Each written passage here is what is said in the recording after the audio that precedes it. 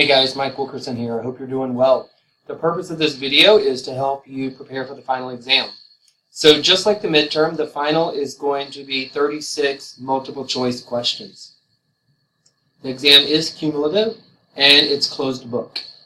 So in terms of the material from the course and thinking about how you're going to balance your study time, right?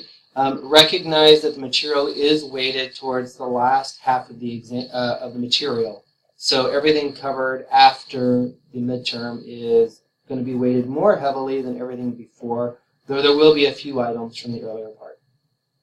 So what does that mean? Well, so that means beginning in week 8, where we talked about community-based participatory research, you're going to want to be familiar with some concepts there. I'm going to review that with you in just a minute, chapter 15 out of the textbook. And then you're going to want to pay attention to the information covered by each of your groups.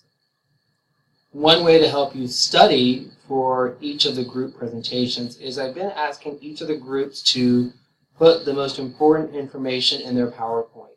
So what I would encourage you to do in studying for your exam is to look at the information in the PowerPoint. That information is probably the information that you might see on the on the final exam. And so then I might go back into the readings that they assigned and their other documents, the questions that they asked and posed, just to make sure you understand the material in the PowerPoint. If you focus on that material and you feel like you have a good understanding of that, then you'll probably be good to go. There will be approximately 3 questions from each group on the exam. As you guys know, you guys are submitting questions to me. I would ask that you be reminded of the academic honor code, and within your group, please do not share your questions with other groups. Obviously, every group will have probably about 3 items that they recognize, right? So yay for you. That should help you. Hopefully you'll get those 3 items right? But what I would ask is that you respect the fact that it is an exam and don't share the rest of your items with the class. Okay, so if I am thinking about CBP, our community-based participatory research, and community organizing, what is it that I want to pay attention to? Let's look at chapter 15 together because it's presented differently, right, than the other material that we had in the textbook. The other material had very clean theories and constructs, and you were like, all right, I just need to focus on that, and it helps you move forward.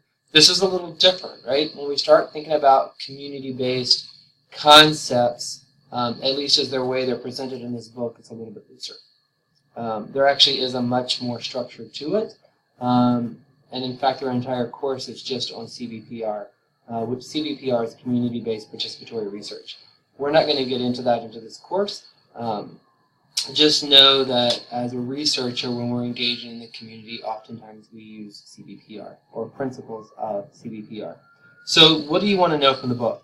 Let's start on chapter 15, page 277. So down at the bottom, basically what I'm going to encourage you to focus on in this chapter is to pay attention to a few definitions and concepts. Okay, so I would make sure I knew the definition of community organizing at the bottom of page 277. And then on 278, I would probably make sure I knew the definition of coalitions and what we mean when we talk about community engaged research and how that might differ from community-based participatory research. The gist of it is that if you are doing community-based participatory research, the community is involved in the entire project, from the formulation of the research questions all the way through to the end when you're doing evaluation and dissemination, and every step in between, right? So community-based participatory research is truly that. The community is participating in the research, and it should, in an ideal situation, be seamless. Now, there is a lot more nuance to that we're not going to get into in this course, but recognize that conceptually, CBPR, community engaged all the way, whereas just community engaged research just means that you are including the community in some capacity. Most often that happens through a community advisory board, often called a CAB, where you the researchers are still driving the agenda. It's the researchers' questions, and the researchers may be developing the intervention and testing the intervention, perhaps in collaboration with a community organization or organizations, right? But the research is still mostly owned by the researcher. They're just engaging the community in the research process, which is still better than doing research on the community, right? In behavioral sciences, whenever possible, we always want to do research with the community rather than on the community. Why is that important? Well, if you're doing research on the community, especially if you're working with marginalized communities, oftentimes you can unintentionally reinforce stereotypes or put out information that could actually harm your community. And so it's important to think about working with community to make sure that, one, you're asking the questions that the community needs answered, because they know themselves better than you do, right? That's why you're doing research with them. But also to make sure the intervention is appropriate and tailored for your community.